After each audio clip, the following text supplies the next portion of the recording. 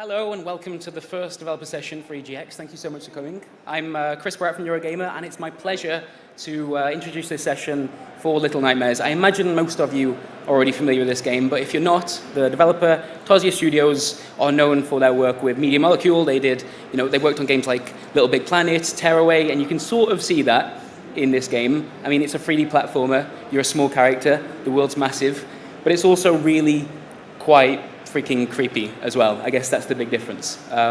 So with that out of the way, it's my absolute pleasure, and I'd ask you to give a big warm round of applause for Ola from Tarsier Studios. Thank you. Hello everyone. My name is Ola Holmdahl. I'm the CEO of Tarsier Studios.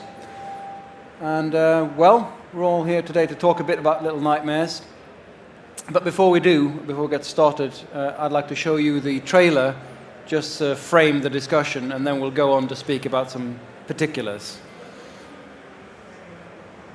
Peggy 16.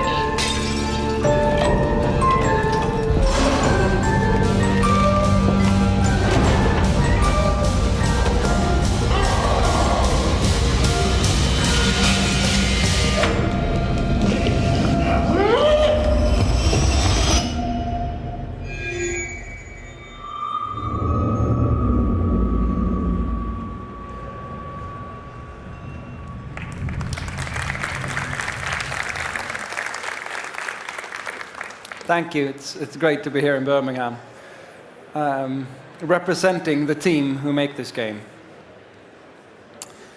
There's a lot that goes into Little Nightmares, of course. One of the most important aspects is the world itself. It's framed around a setting called The Maw, which is a floating location. Most of it is like icebergs, hidden under the surface. It appears around the world and attracts guests, attracts people to it with promises of fulfilling their various desires. But there are also some people, unfortunate, who are trapped there against their will for various reasons. And our main character, 6, is a child who finds herself trapped aboard the Maw. Like any child, she's small, she has limited resources.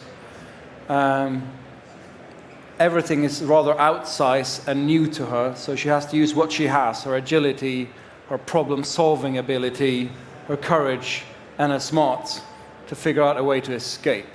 One way to describe Little Nightmares is as a game of escape.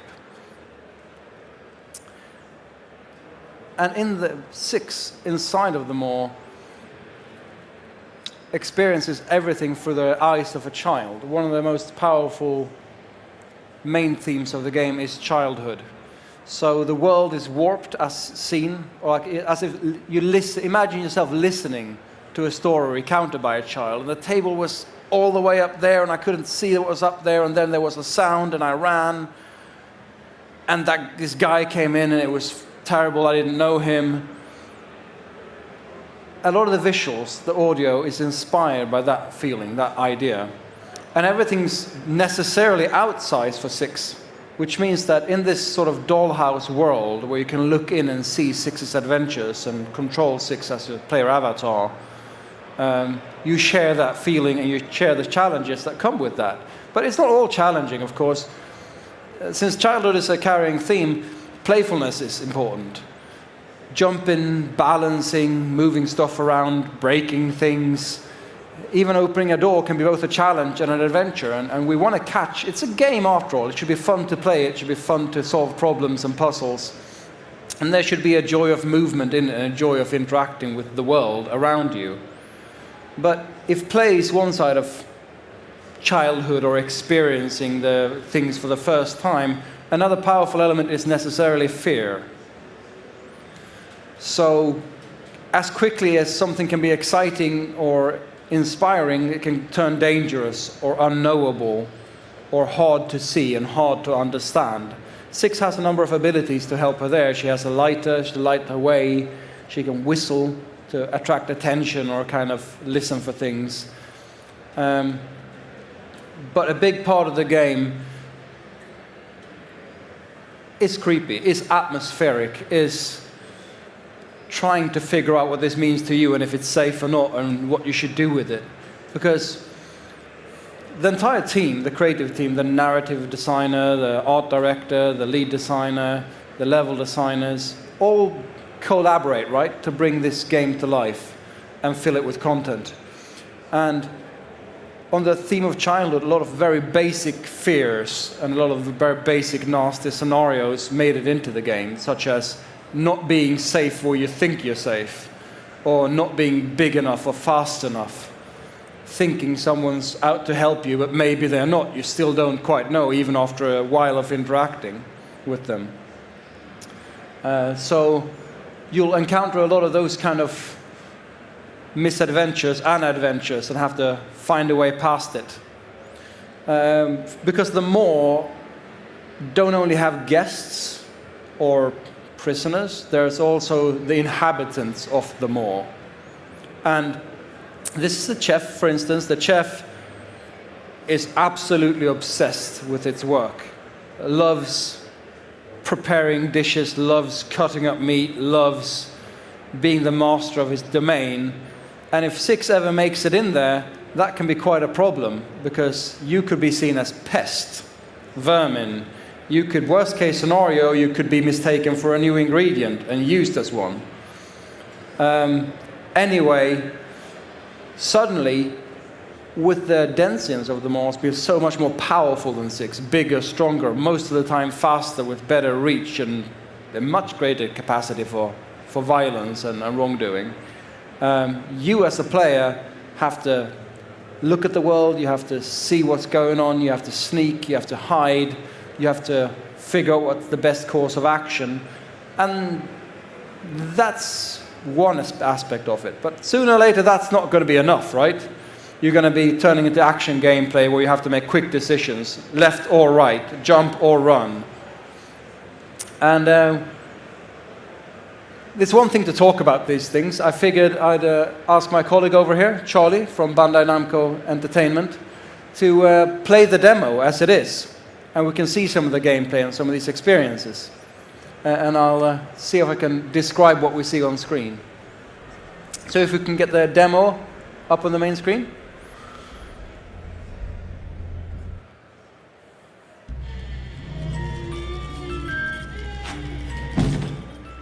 So we see Six entering a new environment for the first time. She's made it from a previous part of the game through the air ducts, where of course people like the chef won't fit, which is great. She finds this room for the first time, not knowing quite what's most significant about it, except there are two beds, clearly, someone lives here. And the Maw, as you know, is a seagoing vessel, so the rolling of the entire environment and its effect on objects is both visual and visceral, physics-driven. Some objects are heavy, some are light, some are breakable, some are not. And figuring out what you're able to do with them, seeing patterns and opportunities is part of the gameplay, of course. So this way she can reach the door handle, and now she goes from a bedroom into a dark corridor where, yeah, quite frankly, it's hard to see. So one of her abilities is to create light with her lighter, which she can also use to light lanterns and do some other lighter-related things. And even basic interactions like pulling a handle requires you to jump and grab and hold on differently from the way an adult character would have to do it. So the Maw itself is quite labyrinthine, with many layers in it. Some are meant for representation, service, food preparation, and there we go. This, for instance, clearly is the kitchen, where a chef is busy preparing food.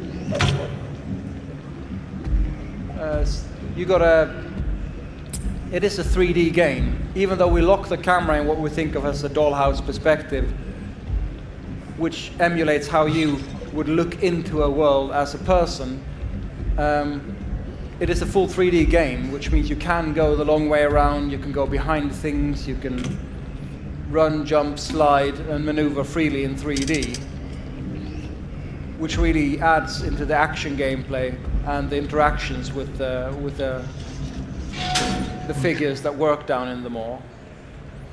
Anything or many things can make noise. Closing an oven hatch, banging on that ladle, breaking stuff, climbing on certain things, and you need to learn to recognize that and use it to the best of your advantage. Seems like he's playing this quite expertly. Nothing wrong yet. Chef's still busy cooking. All right. Clearly there's another vent up there. Oh, there you go. There are a lot of different kinds of creatures down in the Maw. And even if they're not unfriendly, they certainly can get you into trouble if you don't watch out. But they can also help you out with various things. Find things for you, show you the way to go, even mimic your behavior. Okay. Well. So it's, yeah, now it's whistling. That certainly didn't make the chef's day any more enjoyable. Okay, so this is a sausage grinder. Nothing's happening when he turns the crank. There we go, there's a piece of meat. Because clearly if he wants to continue going through the vents, that's too tall a vent to jump up to. And that sausage is not helping. So the challenge here is to create a rope that's long enough to allow him to get to the vent.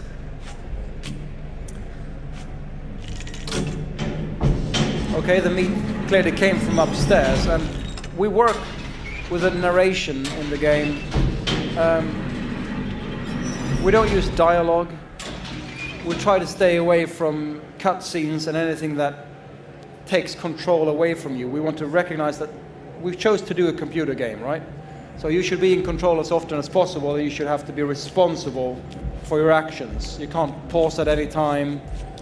The game doesn't immediately tell you where to go.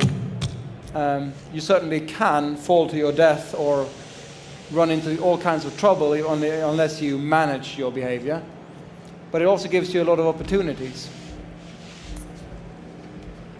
So in this case, you need to find enough of these meat packages to feed the sausage grinder down below. And the clue is obvious. They came from up there. There's an elevator. Let's go upstairs and see what we can find. But obviously you could go up there first and find the meat first before you turn the crank. There's no set order to certain of these puzzles like this.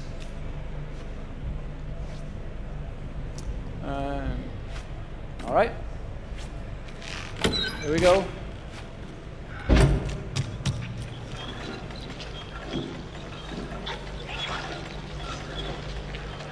Yeah.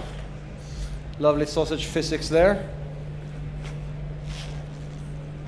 So, finding new uses for things or finding out how to use the environment to your advantage is a huge part of the game. But also observing the creatures down there and learning to work around them or understand their behavior or predict it enough to survive past them. Okay, yes. Something's going on here. Quite a long climb to this vent into a new location. Once again, Six finds herself in a new location that's a little bit hard to orient herself in. Can't see an end to it, but what you see demonstrated here is the fact that you can look around, you can look further up, down, ahead to try and plan your actions, figure out what's ahead of you.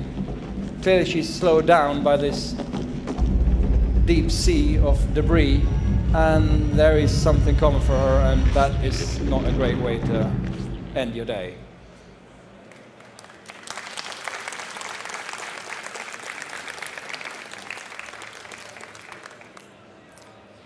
Thank you.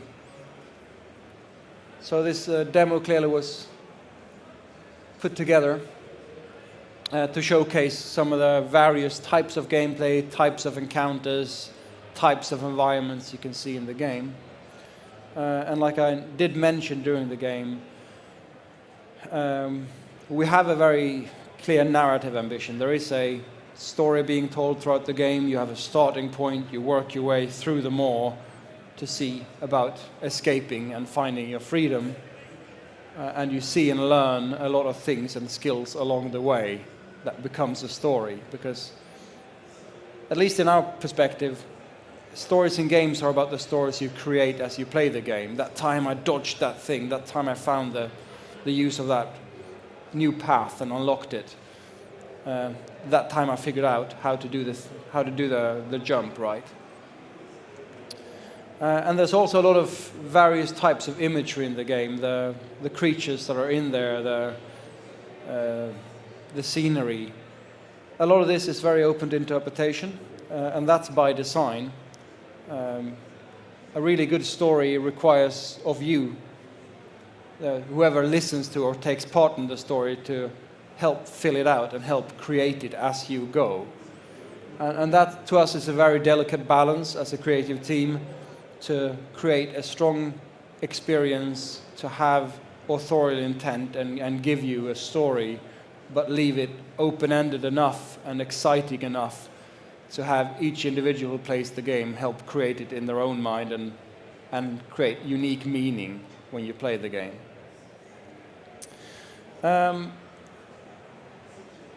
Okay, from here on, we've talked to the game, we've seen the demo played, we've seen the trailer. The part of a dev session that's the most important, of course, is questions and answers.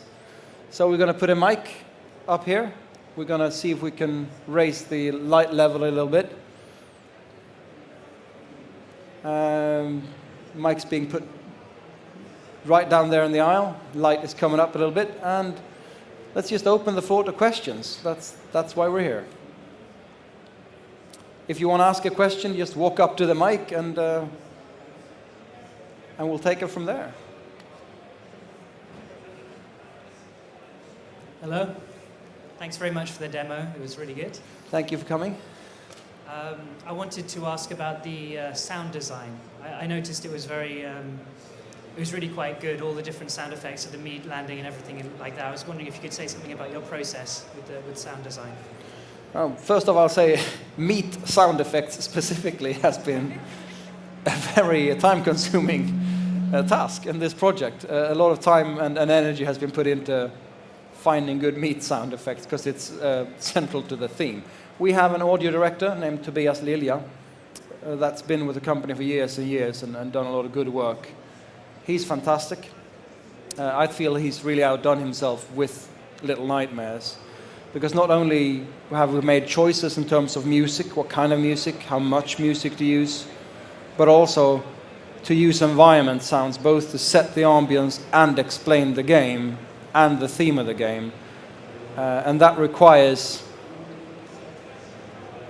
a lot of creativity and a lot of artistic vision in combination with technical skill.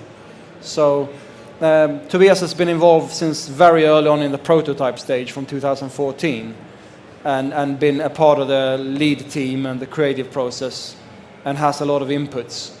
And whenever he sees a new scene develop or a new level being built or new art go into the game, that goes into how he then implements and designs the audio. And vice versa. Great. Well, thank you very much. You're welcome. Hiya. First of all, I'd like to say the game looks gorgeous. and I really enjoy that swaying effect you have throughout the entire game, but do you ever consider that maybe during extended periods of play, that effect like that might actually give the player seasickness or something to that effect? And how do you tackle a problem like that? Well, thank you for the compliments. We're really happy that you like the way the game looks and feels. Yes, we're considering it. We do a lot of experimentation. That's part of our process. We're ruthlessly iterative.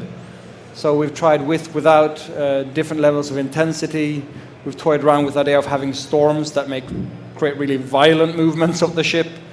And combined with user testing and QA, we try to find a level where we get the vision across and has enough impact without making people sick.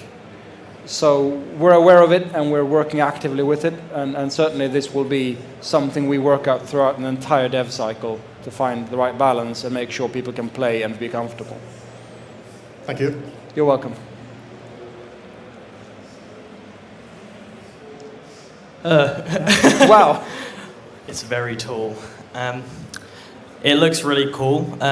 Could you give us is there multiple endings, or is there anything affects that the total play time of the game? Like, how long would it be, if you know what I mean? Well, thank you. First off, this is a dedicated single-player game with absolutely no multiplayer component.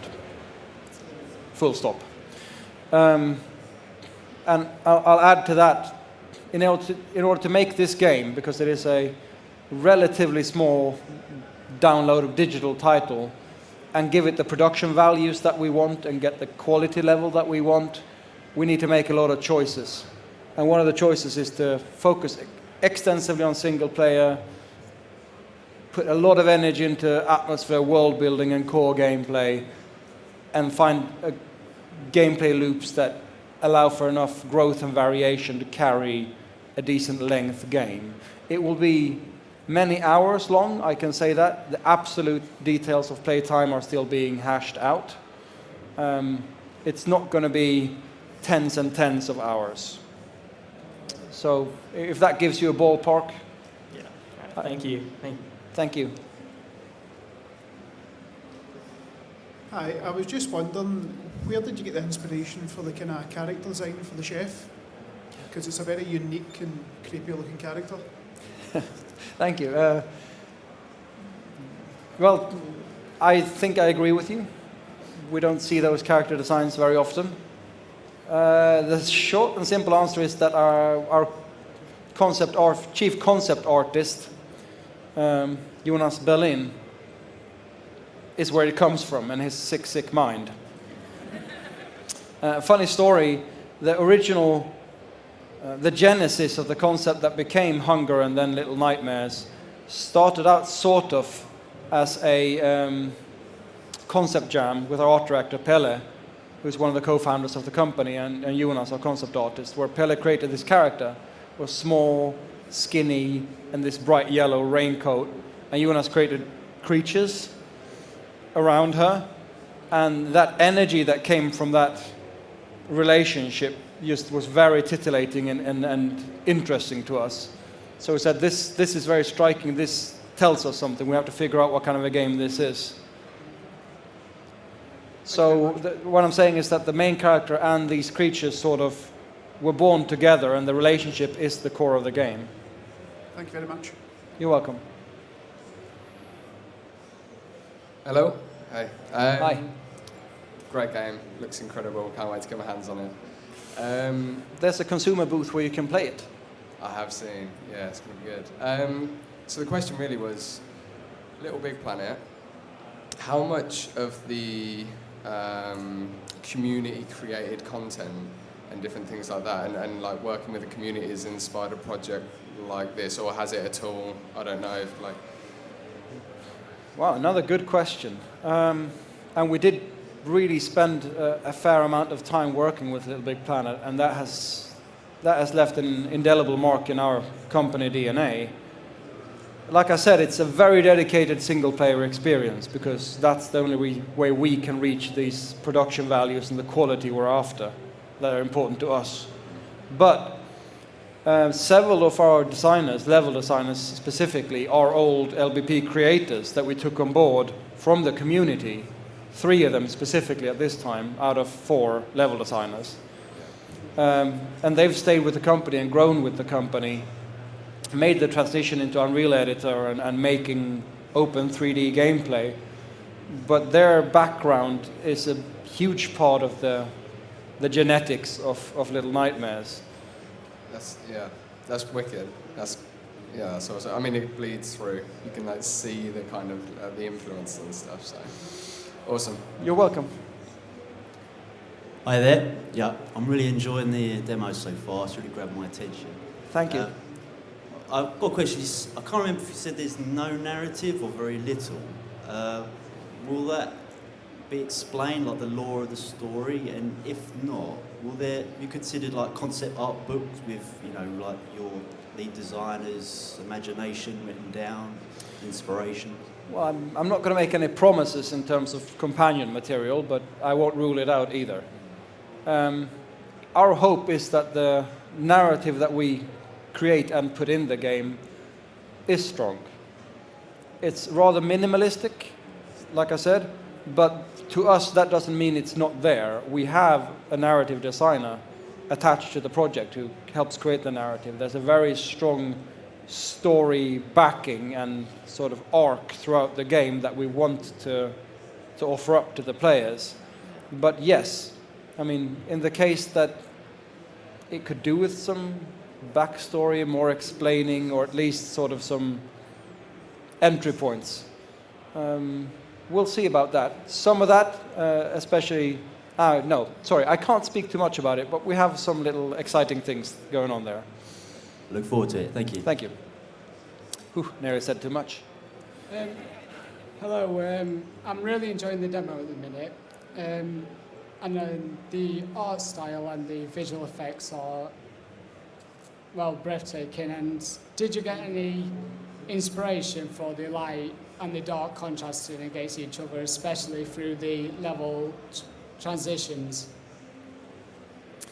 Oh, wow. I'm impressed with the quality of the questions.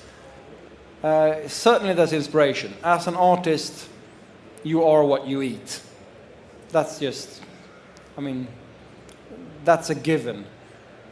This team is pretty diverse. People have different backgrounds, sometimes different tastes in media and the stuff they consume. Creative direction is very much up to our lead designer and our art director in combination. So they certainly tie it all together and give it a clear identity. When it comes to light and dark, I don't know that there's a precedent that we've looked at and said, yeah, we want to do it like that. But it's been a very active discussion how we pace the game, how we move from things to use fade to blacks rather than fade to whites, or fades back in to create an atmosphere and a feeling that's congenial with the message of the game.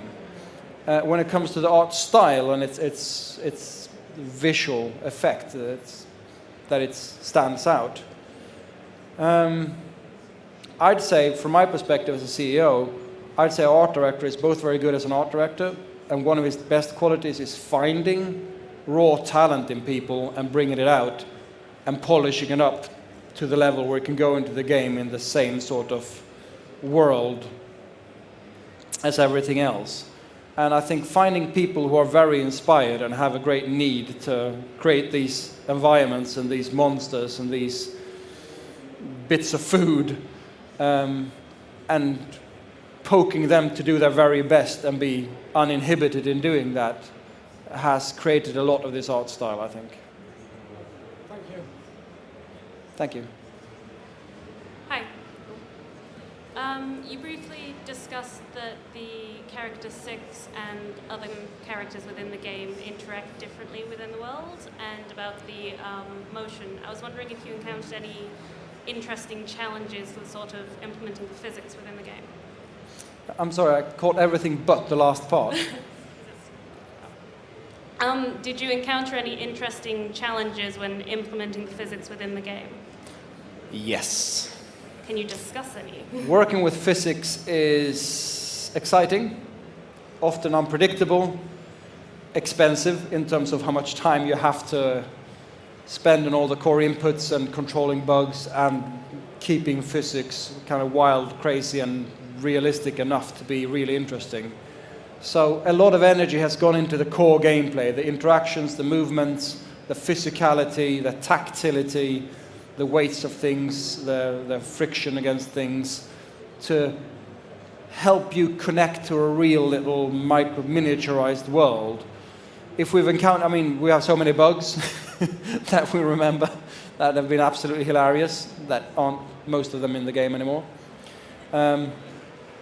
Because you have to follow the vision of being small, using the environment, using leverage, using breakability, using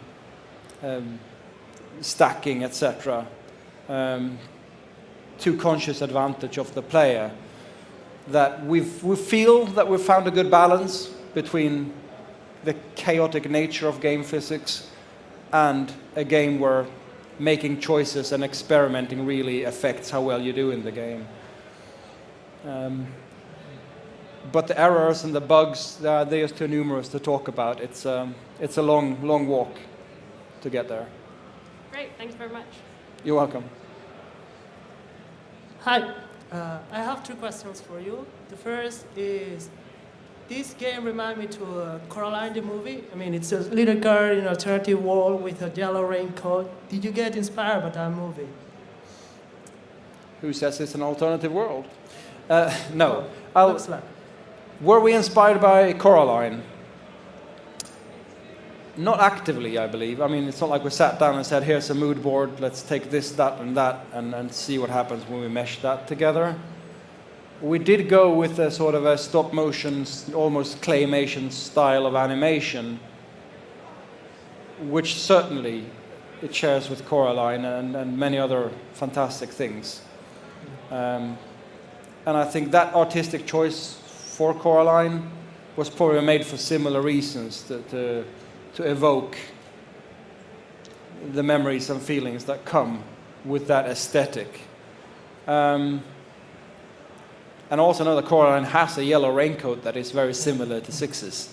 So probably unconsciously, it's had more effect than maybe we realize, but it has never been like the part of the key mood boards or key explicit inspirations for the game. And the reason I said, is it really an alternate world, is that I can say for that we don't have that sort of transition going on where Six starts out in a natural, normal world and is pulled into an alternate world with different rules, necessarily. My second question is, for the animation of the characters, you use a mocap system or slow motion? I know. Wow. The name of our primary tool escapes me. They're going to email me after this. iKinema is the system we use primarily to support our animation system. I don't know if you're familiar with it, but it really helps with anchoring a physically based character in an environment, which means we can set points where she climbs and she can fall and deform and grab things. And that's been a very, very powerful tool for us in realizing the world of Little Nightmares. Okay. My last question is, what makes you decide to use Unreal instead of other game engines? Did I hear the question? Why did we decide to use Unreal Engine? Yeah. Well, the way we see ourselves, we're game makers primarily, and we will do whatever it takes to make good games. And building a game engine yourself, a bespoke game engine, is both a risk, it's a big investment, and it doesn't necessarily lead to markedly better results. Again, to create the game we want, we need to be very conscious about focus, what's important to us, how do we use our time to create the experience and the quality. We felt that Unreal Engine 4 specifically, with blueprints in its toolbox, enable our content creators, our designers and artists, to have a lot more autonomy quickly, which allowed us to create processes to kind of push their creativity into the game I won't say in a more unrestrained form, but more directly and more quickly. And we wanted to prioritize that over building our own engine, which we probably would have done primarily for performance purposes, which isn't as important in this type of game as making sure that the creatives and the content creators can fill the game with the world and the gameplay that it needs. Okay, thank you. You're welcome.